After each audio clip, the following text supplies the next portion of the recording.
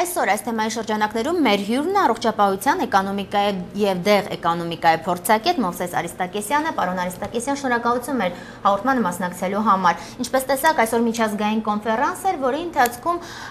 վստահեցրել են, որ մեր երկրում առաջիկա 5 տարիների ընթացքում որևէ դեղ չի արտադրվելու, տեղական արտադրության դեղ չենք ունենալու նոր եւ այդ ընթացքում ստիպված պետք է լինենք ներկրված դեղերից օգտվել։ Ես կուզեի ավելի շատ խոսեք ներկրված դեղերը որքանով են համապատասխանում իրենց որակին եւ նշված այն հատկանիշներին, որոնք կարծում ենք թե այդպեսին պետք է լինեին։ Իհարկե կանդրադառնամ դրան, բայց առաջին ասեմ, ինչպես թե դեղ չենք արտադրելու, երբ ունենք 11 կազմակերպություններ, որոնք լիցենզավորված են եւ արտադրում են յուրաքանչյուր դեղի համար անհրաժեշտ է 10-ից 15 տարի, մենք ընդամենը 20 տարեկան ենք։ Համաձայն եմ այդ գնահատականին, բայց մենք արդեն իսկ ունենք 11 կազմակերպություններ, որոնք դեղեր են արտադրում, ավելին կառավարությունը այս տարի որոշում է ընդունել դեղարտադրողների պատշաճ գործունեության մասին չափորոշիչների,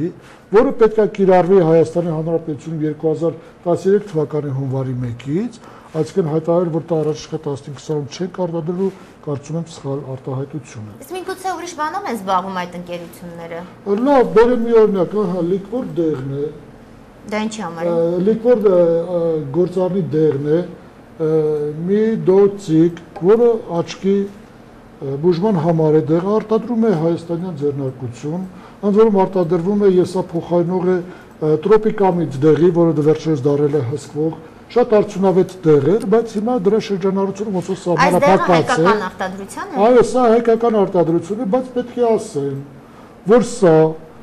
շրջանառվում է պատշաճ փաթեթավորման կանոններին հակասելով, չկա իր հրահանգը, չկա իր տուփը, եւ ես սպառող որպես չգիտեմ, սա արդյոք արդյունավետ դեղ է, արդյոք որակյալ դեղ է, արդյոք կեղծված դեղ չի, արդյոք գրանցված է, ոչինչ չգիտեմ։ Նման շատ դեղեր կան, թե միայն այս մեկն եք հայտնաբերում։ Սա վերաբերում է թե տեղական արտադրությանը եւ թե ներկրվող դեղերին։ Մեր գնահատականներով տեղական արտադրությունը կազմում է դեղաշուկայի 8-ից 10%-ը, բայց մեր մեծ մասը ներկրվում է եւ պետք է ասեմ, որ ներկրման պարագայում մենք ունենք նույնպես մեծ խնդիրներ։ Մաքսային սահմանը թափանցիկ է, ներկրվում են շատ անորակ եւ կեղծված դեղեր, որոնք վտանգ են սպառնում հասարակությանը եւ պացիենտներին։ Ես կուզեի մենք հստակեցնենք, ով է այս դեղի համար պատասխանատուն, որը հայտնվել է խանութներում։ Շատ լավ եւ հոյակապ հարց տվեցիք, պետք է ասեմ, ցավոք սրտի Հայաստանի Հանրապետություն դեղերի որակի հսկողություն դեղաշրջանառության բոլոր փուլերում չիրականացվում։ Իրականացվում է միայն առաջին փուլում սահմանին, այն էլ օրինական ներմուծված դեղերի։ Անօրինական ներմուծված դեղերը չեն հսկվում եւ մեր ժողովուրդը վտանգված է այդ առումով, վտանգված է եւ կանգնած է ֆարմակոահաբեկչության, դեղաահաբեկչության փաստի առջեւ։ Պետք է իրականացվի հսկում դեղի շրջանառության բոլոր փուլերում, դա ներկրումից հետո ում կողմից կարծում եմ, որ այսօրվա մեր գործող առողջապահության նախարարության կազմում գործող դեղերի եւ բժշկական տեխնոլոգիաների փորձագիտական կենտրոնը բավականին կայացած կառույց է, միջազգային եվրոպական միջազգային չափանիշներին համապատասխան կառույց է եւ բավականին հեղինակություն ունի Եվրոպայում, բայց